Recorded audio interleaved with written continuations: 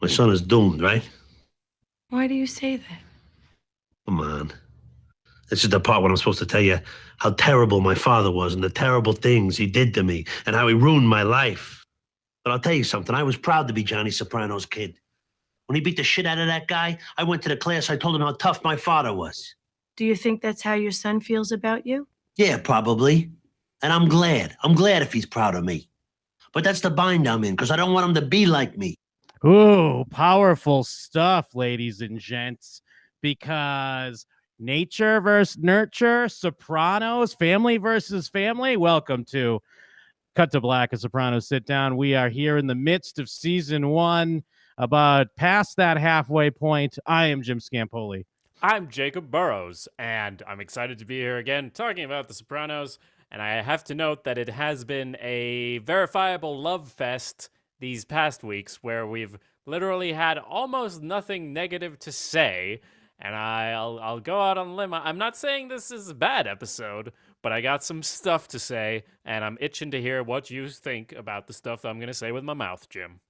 I'm actually, I'm kind of right in line with you. We should say right here at the top that we will be discussing spoilers up through season one, episode 7 of The Sopranos, a 20-year-old show. But we will not be discussing any spoilers past episode 7. So have no fear if you're a little 7 years old, like Jacob, my friend Jacob Burrows here. So yeah, that's your disclaimer. Yes, But I like that. We should say that every time. I'm like, yes, we are. We'll discuss this year, the show from 20 years ago. So please relax, everyone. It's Down Neck is the name of the episode, which I think is a reference to the neighborhood that he grew up in, Tony. Um, and do you want to talk generally or get into the specifics? Maybe a bit let's of general talk. yeah, let's talk a little general at first too, because I do. I mean, obviously, I've seen every episode of The Sopranos, and I've seen especially season one multiple times. And I do remember liking this episode because I like the flashbacks. I mean, who could not like a little Tony Soprano, just a little innocent little boy, out in the world in the late '60s. Uh-huh. But yes, rewatching it now with more of a critical eye, this episode definitely stands out. And I was kind of looking into it a little bit. This person that directed the episode, this is the only episode of The Sopranos they directed, and it does feel. I mean, I'm blaming it all on the director personally. It feels like it's all in direction because, especially, they do this, even though this is more editing, but I feel like this is per the director, the way Mm-hmm. they splice in the weird flashback, like not the main storyline flashbacks, but the flashbacks to the college episode. Mm-hmm. You know the scene I'm talking about where like Tony's talking and it's like, are you, are I you? skipped back in the video because I thought it was in the show, but I also thought maybe I'd like touched the thing and made it jump to some other part. But yeah, that's I don't have a lot of specific notes. But that's my thing of I wrote I'm not sure I love this episode. It feels weird, a bit disjointed. Probably started in the quick cut to Meadow asking, "Are you in the mafia?" Because it feels like it's not a everything they're doing that I don't really love is all kind of intentional. So I'm not going to say it's like bad editing, but it doesn't jive with what I've learned The Sopranos to be. And I think you're right that it's kind of like the editor doesn't do that without someone telling them to, because you get fired. That's such a weird thing to do. So I agree. It's kind of got something else going on in this episode, and not necessarily bad, but it caught me off guard, and that kind of took me out of it. Yeah, and one of the other big things I noticed, and I'm part of this can be on the actress, but Lorraine Bracco, who plays Dr. Melfi, I'm gonna put this on the director as well. I feel like she was given strange direction in her scenes because I don't know if you noticed this. She's very giggly and smiley in a lot of these therapy scenes in this episode, Yeah. and it feels very out of character for what we know of her in the 6 previous episodes. He's gotten her to laugh 2 times, and each time it felt like an achievement of his, kind of. And now, yeah, as you said, it's kind of like Giggle Town over here. when you're talking about his past and some of the most formative, like he's opening up more than before, and she lets go of this sort of persona that she usually has. So, and it's also like even though it started with the cut to Meadow going in and out of the flashbacks. I mean, just having the flashbacks is weird. We can't blame that on the director, but for me, it's weird. I don't know if that comes back, but like we have therapy and we have going into flashbacks of like the 60s, and it feels like a Woody Allen movie at times because that's what he does constantly. Well, the thing I will blame on the director, even though I think you're right, it's not fully on the director, just the way the transitions are handled feel sloppy. Like I don't mind, like I like the moment when Tony takes his Prozac and then like the White Rabbit song plays, but then the weird like fade to white and freeze frame type stuff. Yeah. Although there's an infamous bizarre choice later in the Sopranos. It might not even be till the last season. So put a little footnote here. There's a bizarre freeze frame cut to a new scene. We'll get there in a year. Okay. But yeah, some of the like the weird freeze frame fade to white, like hanging on the shot before going into it. It takes me out of it a lot because everything else is so masterful that this episode is a reminder. This show is in its first season and it has no, like, they're still figuring it out, and it doesn't have the weight of this is the Sopranos. Like, if you go back in the context of when the show came out, this is like the biggest reminder so far of, oh yeah, this is a first season of a show. They're probably not getting as much money as they got later on, and it doesn't have that same, it's like Game of Thrones in season 1 before it became a thing, even though it's still really well done because it has what an amazing plethora of stories to pull from. But you know what I mean. Yeah, and even like consider this, like we might blame the director, but this director couldn't possibly have seen a single episode of The Sopranos because it's season 1. They don't exist yet, the episodes. That's not how television works, that you go out and shoot episode 1, okay, and then you go out and shoot episode 2. Actually, maybe it does, but either way, she probably didn't see, she didn't know the style. Anyone coming into it season 2 would know, no, we don't cut to that sort of thing. But again, to be fair, it's not also as you said, the style didn't exist. They're still finding their legs, and the legs they were finding in like the college trip episode, those are obviously the real legs, the good legs, and these are kind of like sea legs or whatever. But as you said, they're still kind of staggering around there, finding them. Yes, yeah, and I mean, I don't mean to harp on this director, but I will. It's her name's Lorraine Senna, and looking at like what she did before this, it is a lot of just standard TV, like especially like late 80s, early 90s TV, like Lois and Clark, Northern Exposure, although I believe David Chase worked on that. Yeah. An episode of Babylon 5, Picket Fences, whatever that is, Dr. Quinn Medicine Woman, Knots Landing. So, I mean, I'm not using that to knock this person, but it's clear. I think with this episode, you can see more what people thought of as like traditional TV before we started getting into this more cinematic, like it's not TV, it's HBO.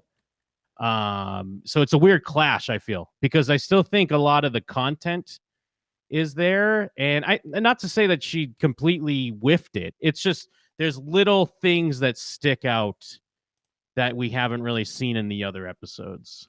Yes, and I was just scrolling through some of the other directors for season 1, and it's interesting that it's all different directors almost. I think so, yeah, like each episode has a different director. But this is the only episode so far that sticks out and makes me think, like, who directed this? And I was kind of checking out the other ones, and yeah, I mean, to be fair, like, looking at her list, it's like, oh, this is all kind of standard TV, Sure. But that's kind of all there was to do. But yeah, she doesn't return to do any more episodes, and let's leave it at that, I guess, and get into the specifics. And like you said, it's not all her. It is that, the whole creative team, I imagine you're still like we've been saying, they're still figuring out the show, even though they clearly have a great grasp on it from what we've seen.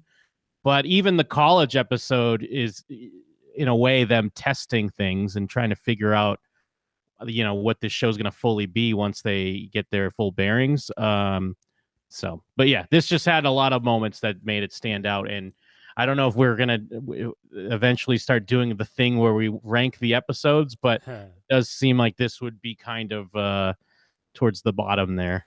Yeah, so far at least, because I mean, although yeah, let's be clear. There's good moments and stuff in here, but it stuck out to me in another way as well, which is that it's very incredibly focused.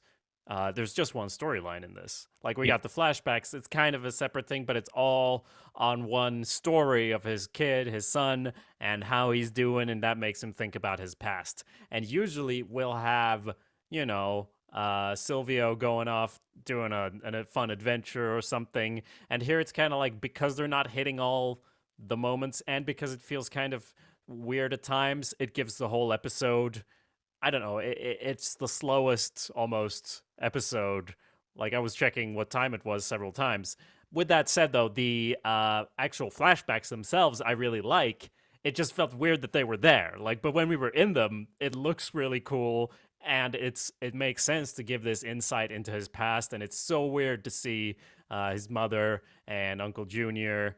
Uncle Junior, they got a great actor for. He looks exactly like him, and him playing catch and everything. And we get a lot of background and stuff that I think will be useful moving forward as well. Yeah, I agree. I completely agree. It's like the whole. Even like a bad episode of Breaking Bad, for example, is still a great episode of TV. And I feel like that still applies here. But yeah, there's definitely some criticisms. And I do agree that maybe breaking it up with Christopher doing crazy stuff or something would have helped a little bit. There's a little bit too much. I love the therapy scenes in Sopranos, but you can't lean on it too much. And this episode tends to lean on it quite a bit.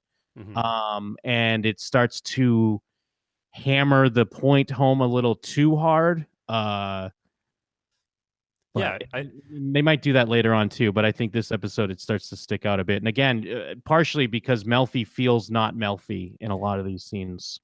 Yeah, I mean, they have a therapy scene and then a flashback kind of caused by the therapy scene, and then you have a therapy scene with the kid, and then you have a therapy scene again, and so on. And Caesar says in the chat that flashbacks are tricky. They're a tricky thing to insert into movies. I think Tarantino even has trouble with it sometimes, but it's something he uses constantly. And I agree. I actually have a bias as well that I should mention. I generally advise against flashbacks. It's a thing I don't really like.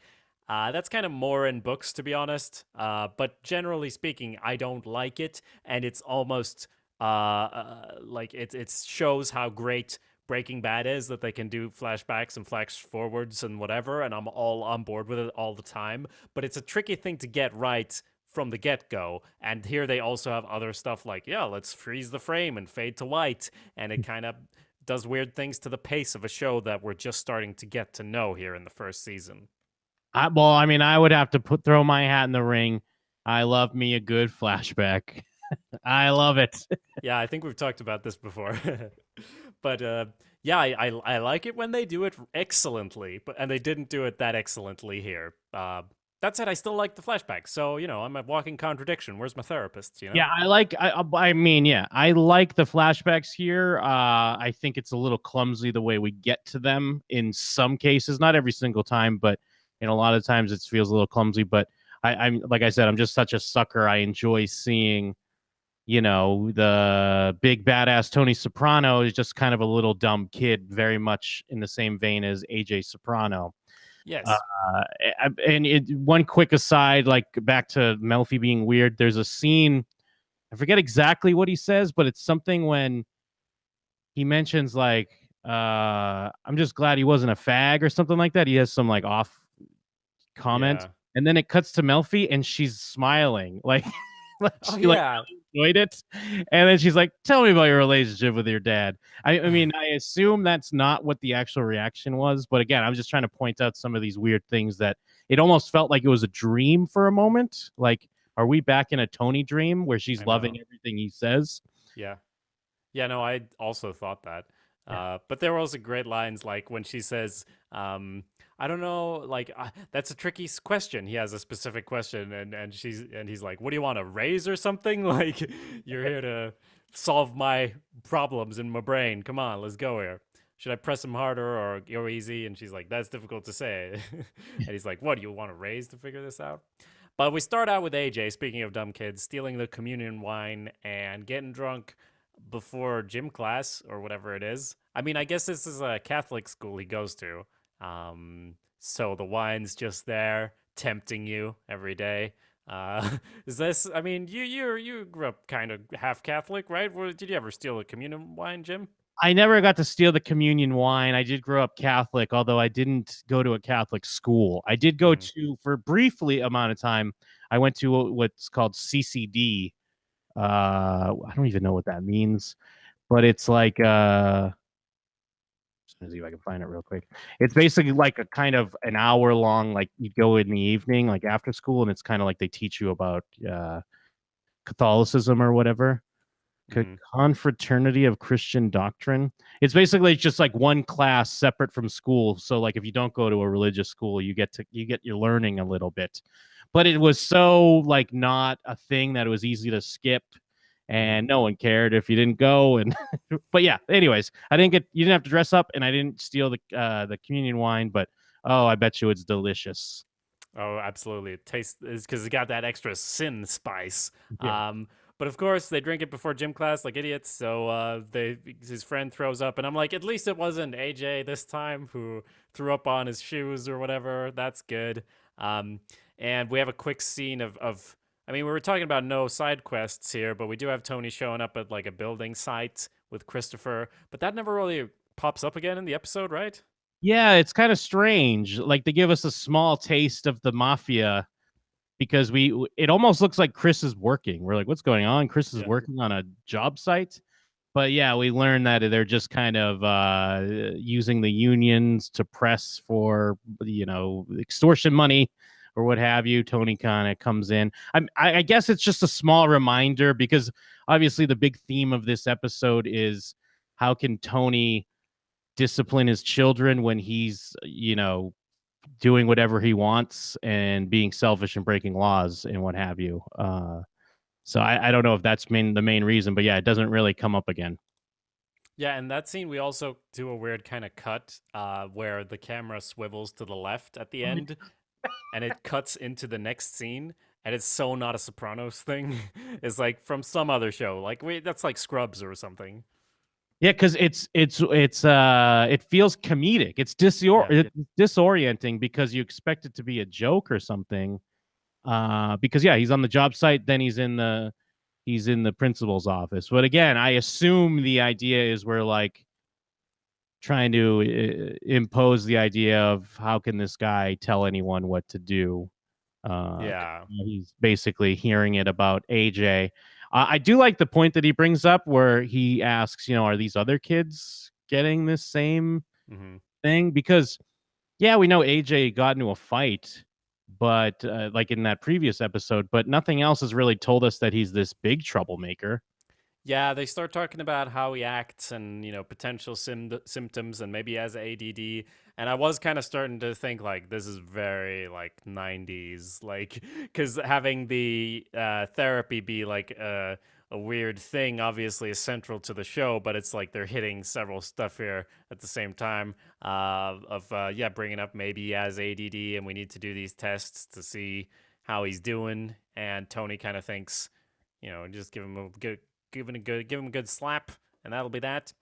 But yeah, they agree to do the tests, and I have to say, like, there's just scene after scene that's kind of odd because we go to the next one, and it's not bad really, but we see Uncle Junior and their mother, Tony's mother, the whole family, they're all eating dinner together, and I'm like, what the fuck is going on? This doesn't make any sense, and I think that scene's actually fine. I think it's a good scene, but it adds a level of disorientation. Yeah, and it is kind of to your point earlier because we don't have this other story to give us the passage of time where, they cut to Christopher like arguing with his girlfriend or something, then you could cut back and okay, it's later in the day, they're at dinner. It's no, they're at the school, now they're at dinner. And yeah, but it is a fun scene because we get to see Junior and Livia at the dinner table, and they're kind of calling out Tony's past deeds, like stealing a car when he was 10 years old. And it's always fun because it's a nice way to undermine any type of losing the fucking word here. Credibility. Discipline. Any type of discipline he's trying to impose on his son. Yeah, and it doesn't go very well. Like, of course, like the Sopranos are all together for dinner, but don't worry, it gets out of hand real quick. At least no one gets shot or anything. Yeah, the kid just kind of runs off because he's grounded and he doesn't get to play Mario Kart or anything. But yeah, then we have in the bedroom, and Tony sees flashbacks, like quick little snippets, and he starts connecting the pieces, and he wonders what his son knows and what he's becoming, and all that. And then we have a lot of therapy. Yeah, because it's such a weird the way the edits are. Because Carmela, we do find out that Carmela doesn't know that Tony and Meadow kind of had this small bond where he was truthful with her about what he actually does. And to what you're saying, yeah, it is very 90s, but it's kind of true where talking about ADD, no one knew what that was. Like now it's such a common, like, oh yeah, take Ritalin, take Adderall, you got ADD.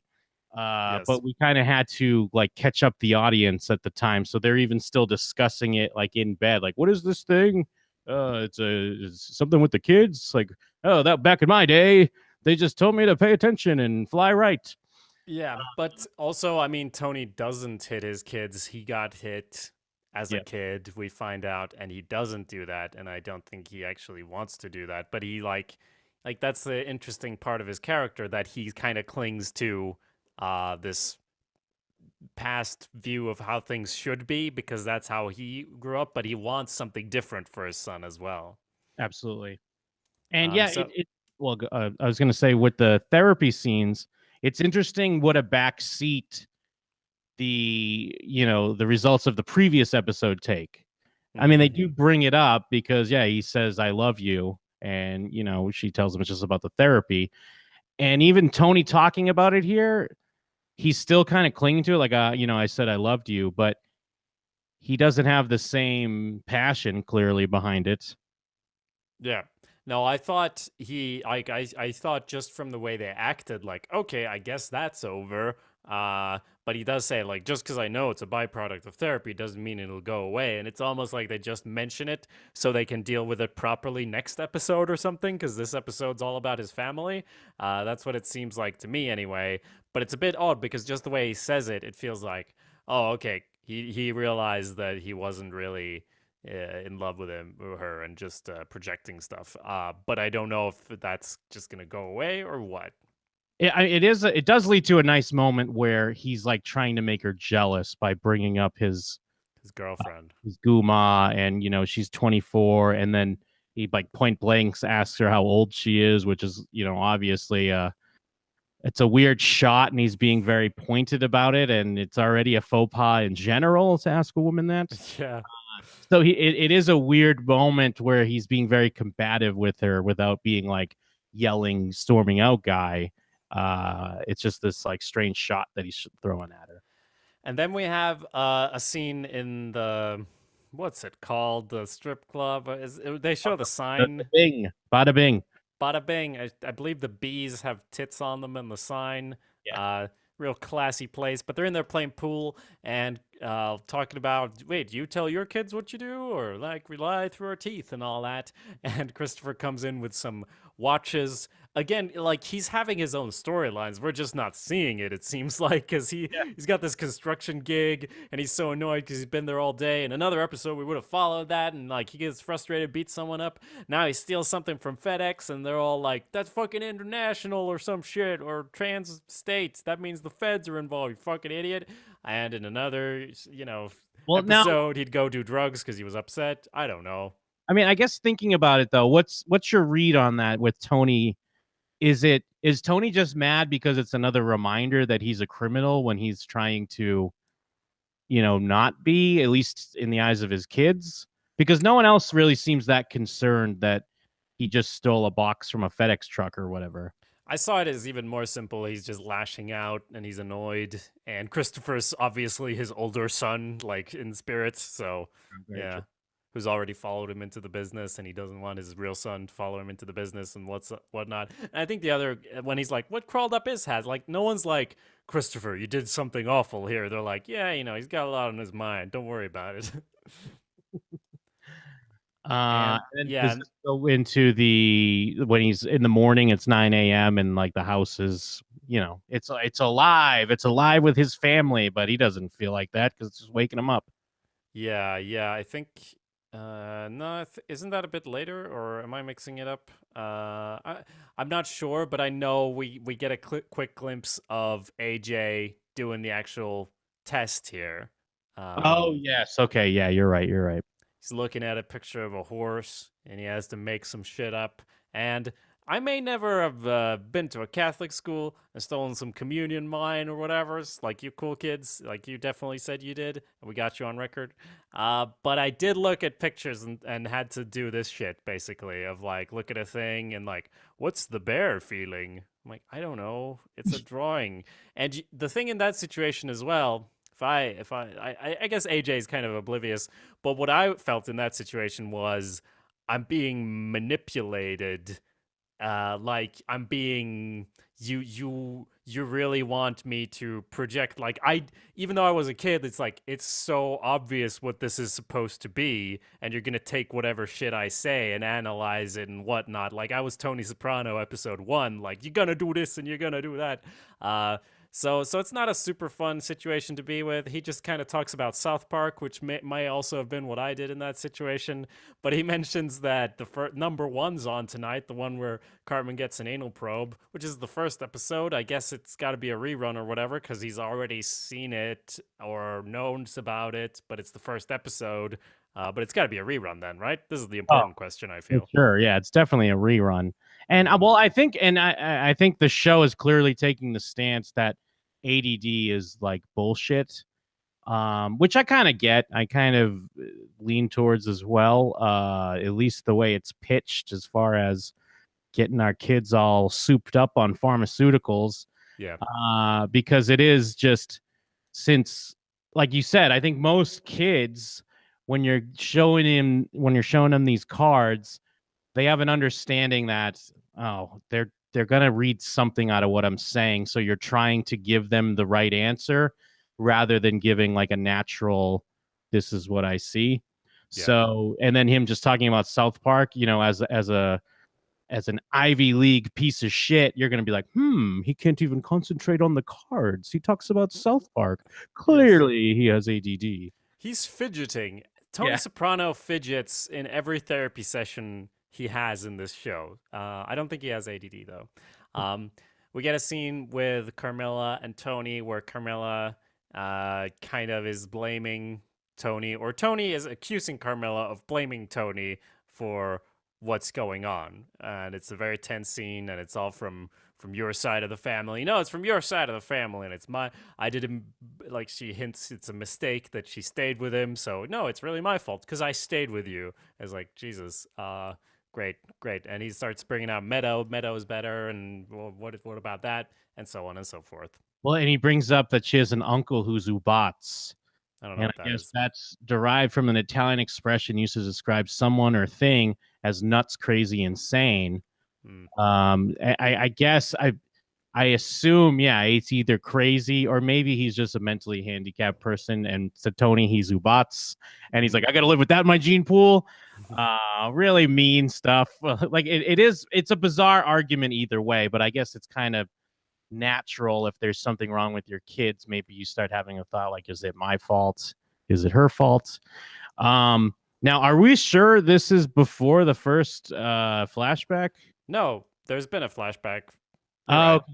All right. I just wasn't sure. That was way earlier. I got a bit turned around, but you're right. He has the whole thing of waking up, and he's in, he's grounded, so he's all upset, playing loud music, and the music starts playing, and I guess that's also when I started feeling it was a little bit off. That song is so overused by now. Like, I don't know about 99, but it's so overused and almost always for a comedic, like, oh, yes, back in the 70s, like either it's about Vietnam or like smoking weed or something. That's when you play that for that flashback, but it's played straight here.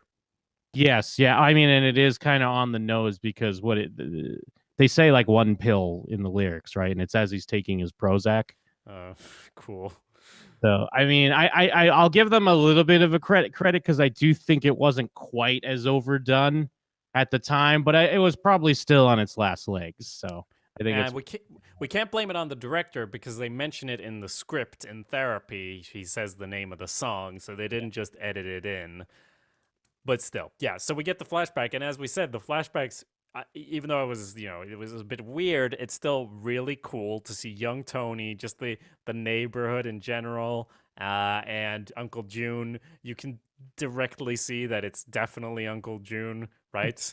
yeah, I they don't don't know. really have to call it out. I think they do, but you get it immediately, and it's in the first episode or whatever, he does say like all those times I played catch with you, and Yeah. here we are, we're seeing it. So it is a nice like I guess fanboy moment here in season 1. Yes, and it's weird, like to see his mother all young and not yet yelling about sticking out his eyes with a fork or whatever. Because in this first flashback, I'm like, oh, she seems pretty normal, and then of course in the next one, she says, "I could stick your eyes out," and Melfi's like, "Oh, what? She said that?" And he's like, "Well, she'd never do it. Come on." Um, And that's another thing with Melfi too, where I don't think a therapist would react that way. Like, yeah, given, yeah, it's kind of, it's clearly like a big deal and a big turning point in this grown man's life that kind of could explain how they might be the way they are. But as a therapist, you're not supposed to be like, what? They did that? I know they use it kind of as like a comedic buildup before the scene. And even that's a little off putting because at first, even watching it now, it cuts to her saying she said that, and you think they're talking about what she just said. You yeah, don't know it's like a build up to what's gonna happen. yeah. And again, I mean, I don't know if these are nitpicks or not, but it's what makes it feel off to me. Yes. We get one great scene though where AJ goes to see his grandmother. Um, Oh, and I'm sorry. I'll just backtrack one more time. I yeah, do like that it kind of mirrors when Tony sees his dad chasing that guy down. It mirrors the pilot in a way hmm where now you got Junior driving the car, and then Tony's his dad, obviously chasing another guy down to beat up because he owes them money. So yeah, I just wanted to call that out because I like yeah, how that plays out. for sure. So AJ goes to see his grandmother, who's we see her all happy for once. So weird. But bragging about her handsome grandson to some lady, and then then she says, "Oh yeah, she had a stroke, half her brain's gone." Of course, AJ's like, "Whoa, cool," and she's like, "Let's play Scrabble," and he's like, "No, no, I just need this pair though." And then they have a comedic, drawn out thing of like him saying that his dad goes to therapy, and her saying no, that's impossible, and then gradually starting to believe it. And it's funny because he's so oblivious and she's so like manipulative and stuff, but it's all above his head kind of, Yes. and he just wants the pair. Yeah, well, and it's great too because when we open the scene, she's reading the death notices with a magnifying glass, Yeah, and it's such Olivia Soprano thing to do that she needs to like read about everyone that died. And yeah, it's great how happy she is that he is suspended from school and has to come see her. yeah, Um, and it feels so real that it's obviously a big plot point because Tony has been keeping this therapy thing under wraps, and we've seen he's been having nightmares about people finding out about it, and it does make sense that it's not like they sat AJ down and told them dad goes to therapy, but it's just what adults do. You forget kids are around, and kids pick up way more than you think they do. And he's not picking up the context that it's a big deal. So he would just say it to it's his grandmother. What's bad about grandma? Or what's bad? Yeah, exactly. Or what's bad about therapy as well. I think that's Yes. also maybe why he's fine with doing it. His Yeah. dad does it. This is Well, a grown-up, nice thing, adult thing I'm doing. Maybe. plus, I mean, psychiatry, it's just a racket for the Jews. Oh my God. Oh, Olivia. Every time I start to like you, you make me dislike you, and vice versa. She's got a great line, though. Great line. And of course, she decides, once she starts believing it, she decides, why has he got to do that? Oh, goes to talk about his mother, I bet. Complain, oh, I'm a devil, and starts crying. And AJ's just there eating his pear. The Doesn't pair. care. I guess showing maybe he does have ADD because yeah, you're right. He's very he's very focused on that pair and not picking up what's going on.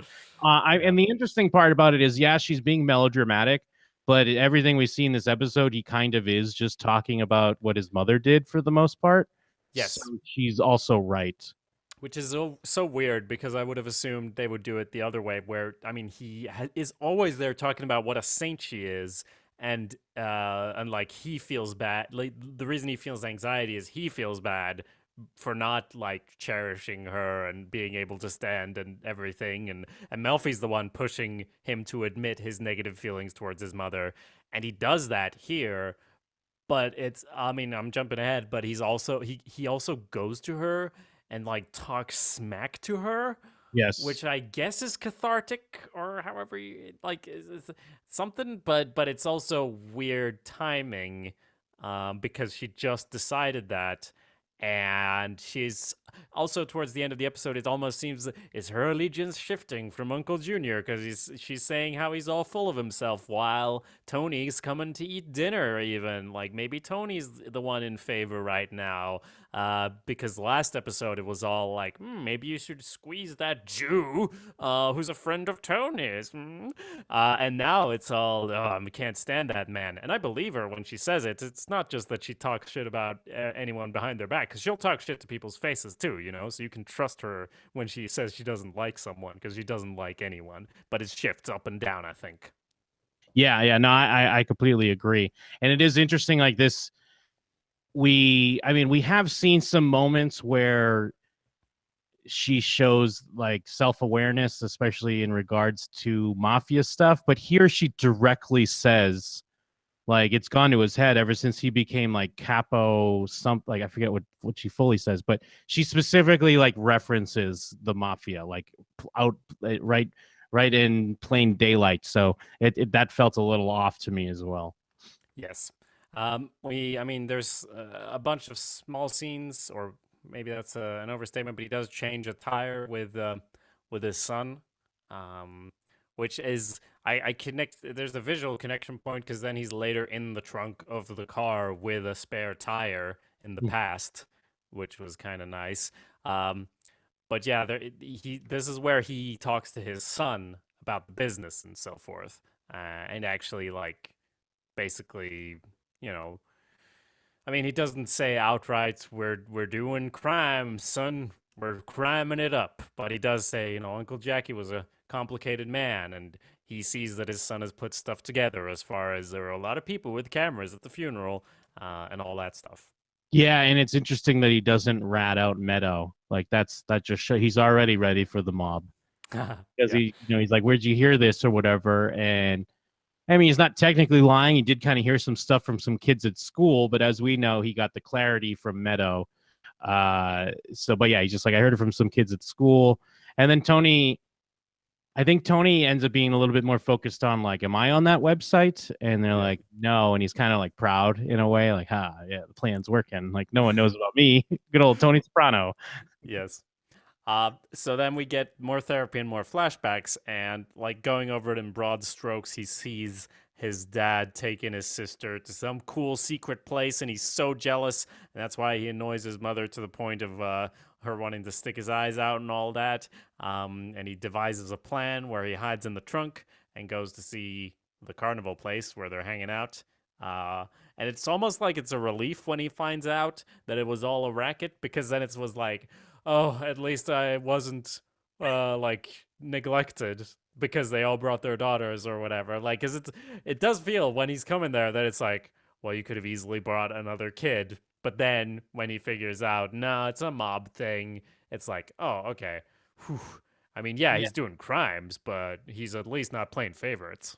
Yeah, he gets that sense of relief that, yeah, it's not that he loves her more. It's just that she's the better cover for crime. And I love the detail that young Tony wants an electric organ. It's such a weird thing. And it's kind of like, to me anyways, it says a lot about, like, young Tony was this sensitive artist that if Yeah. only he had that nurturing, maybe he'd be in an orchestra or something. Yeah, and he's a little sweet cheeks too. I mean, that guy, I don't know who that kid actor is, but I feel like he grew up to be a photo model or something, and not sure if he's actually matching what he's not the same as Uncle Junior, where their face is exactly the same is what I'm saying. For sure. But he's very likable, and yeah, I also like that detail because they're all talking about how did I end up here, and we see that he maybe would have ended up somewhere else. And so he also, in a flashback, hears about this plan to go to Reno, right? Yes, yeah. I do want to call out real quick before we do that. Yeah, we do.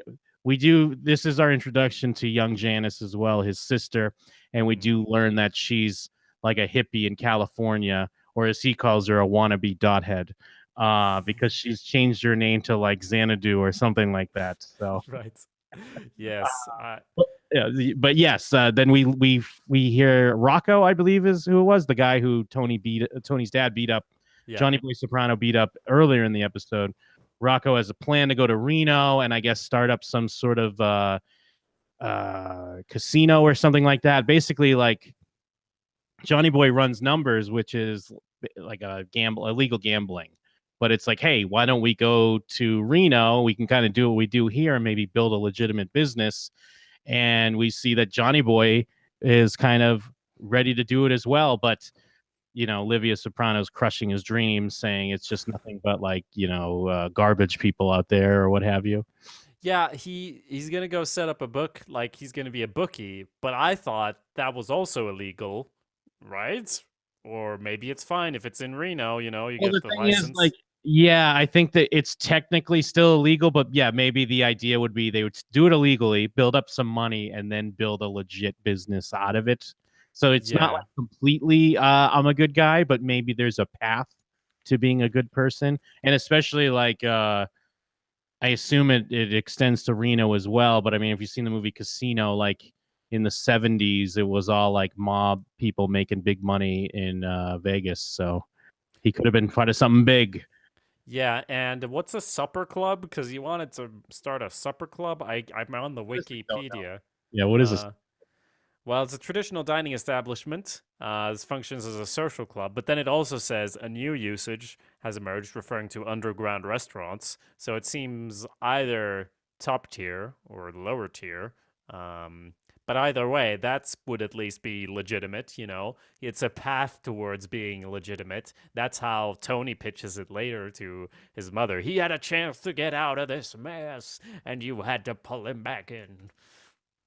And I do love when he like we see the flashback when Johnny Boy gets out of jail, because clearly he's got connections and there's corruption in the police force. And the mother's like, Olivia's like, no, they just don't like Italians. Like, why'd they arrest Dad? Oh, they just don't like Italians. And there's some small parallels there, obviously, because we're seeing that there's black neighborhoods are being like squashed by the police on the news, and we have Johnny Boy kind of holding it down with no real consequences. I mean, yeah, and he's saying don't, or she's saying earlier, don't miss the bus. You'll have to go through the colored neighborhood, and he does get chased by some black kids. Although they were right, he should have picked up that rapper. I mean, they weren't trying to rob him or nothing. Well, she even has that great line where she's not concerned. Like he's about to go, he's about to just go out into the world, and she's watching like riots kind of close to the neighborhood, and she's like, "Bring a bat! Look what's happening on the TV." Yeah, or she says like, "Bring a bat! That's what they're doing down on that street. Like they may as well join the chaos." But then we get the evaluation of AJ, where Tony gets to say that, he's a 13-year-old boy. He gets a hard on every 10 minutes or whatever. Of course, he's not concentrated. Of course, he fidgets. Who doesn't fidget at school? He says a lot of stuff, and I like what he says, and I like that Carmilla likes what he says and says, for like, because he's being rude, but then before leaving, she just notes, yeah, for the record, I think he's right. And also, I don't think we need to pay for this. Bye. Yeah, see ya. See ya. Well, because it sounds so absurd. At least, I mean, I don't know the specifics on medically diagnosing ADD, but at least for the time, if this is any type of real researched thing, when they're listing off, you need 6 of the 9, signs or whatever, and yeah, one of them is fidgeting. You're like, what? Are you serious? What are you talking about? Yes. That's where we're going. So that leads into, Tony's done his big thing, and he tells his son, "Yep, nope, get used to it. It's gonna be, a hard life living from now. You did a bad thing. You're taking your punishment." But then they also make ice cream together.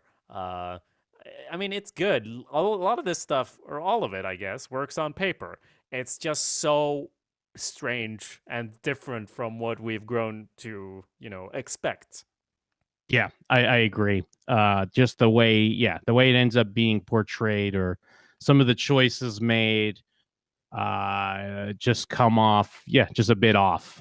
I do like, to back up a little bit, when Tony, somewhat out of character, when he kind of does go and confront his mom about the potential change they could have had in their family.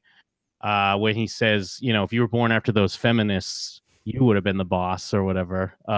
So like, she's just a little bit too early. I do like that line, but yeah. And I like how it comes back to, I do like how AJ says, "I'm depressed," because it comes off as like a silly thing. Like, what are you depressed about? Are you serious? And like, the show obviously is dealing a lot with depression and therapy and how it affects people. And it's comical the way he says it, but then it's like, you do see that there could be a clear path where he's just going to grow up and be depressed like his father. But we do get this nice moment where they, have Sundays together, and the White Rabbit kicks in. But any of the toppings, we sprinkles, M&Ms, we're getting them all, baby. Nuts. About when he confronts his mother. I'm always against Olivia, but here, this is so kind of out of the blue that it's almost hard to be on Tony's side, because he does hit it kind of hard. Or what did you think? Yeah, I think I agree with that, because she is being Olivia Soprano. I do think she remembers, but she would never admit that she was wrong about something, obviously. He does hit it hard, but I guess I kind of get it, because it's all about, like, this whole episode is kind of about potential, and he has these arguments about, whether it be with Carmilla about their genes and what they've passed on to their children, and he has the argument with Melfi about, how come I'm not I forget what he says, but like, how come I'm not in like the Philippines building buildings or whatever he says. You're born into this shit. Yeah. And now that he's remembering it, this could have been a real moment to change the Soprano name. But still, what we know about his relationship with his mother, I still don't buy he would come at her the way he does. Yeah. And at least he goes in afterwards. Like, they have dinner. Like, he knows it's going to be awkward and tense anyway, because it's his mother. So I guess it's good that he gets some of that out of his system first. So that does conclude our recap of episode 7. My least favorite episode of The Sopranos so far. I look forward to watching another episode. And I know I sound negative, but it's just so weird because it's so different. I know I'm just repeating myself. I'm a broken record over here. But it is not what I expected. And I thought through half the episode, I was like, what's wrong with me today? Why can't I concentrate on The Sopranos? Do I have ADD? Like, why can't I? Usually I'm just sitting down and watching it and loving it. And now I was like, how much is left of this episode? And then after a while, it's like, whoa, this is a flashback? That's when I was like, what's going on over here? Hey, where's the Gumas? What's happening here? And I also did notice, like you said, Melfi's acting kind of weird, and there's a lot of therapy and things. There are some good moments, though, like his speech to the therapist at the end. And actually, I mean, the flashbacks themselves are really cool to see. They did it really well as far as the content of them and everything. So, yeah, that's my final take, I guess. Yeah, I don't think you're wrong though. I don't think you're wrong to have some qualms with this episode. There's nothing wrong with that. You know, hey, sometimes when they go a little bit off, we're gonna have to call it out, and this might not be the last off episode we see, or maybe it is. Maybe they were perfection from here on out. You'll have to tune in to find out, because that's right. This is Cut to Black. You can also find some more discussion on TV at showswhatyouknow.com. And you can also find more of Jacob Burrows at awesomepedia.org. And you can find more of me at jimandthem.com. Yes, and if you are listening live, we are about to discuss the TV show The In-Betweeners, a very different show, and that will be coming up live on the YouTube, youtube.com/showswhatyouknow. And if you're listening on the podcast, please do check it out on the Shows What You Know feed, where we discuss all manner of TV shows, where you can also leave a review and suggest a show for us to watch. Thank you all for listening, and until next time, I just have one more thing, Jim. Oh, what's that? Cut to black.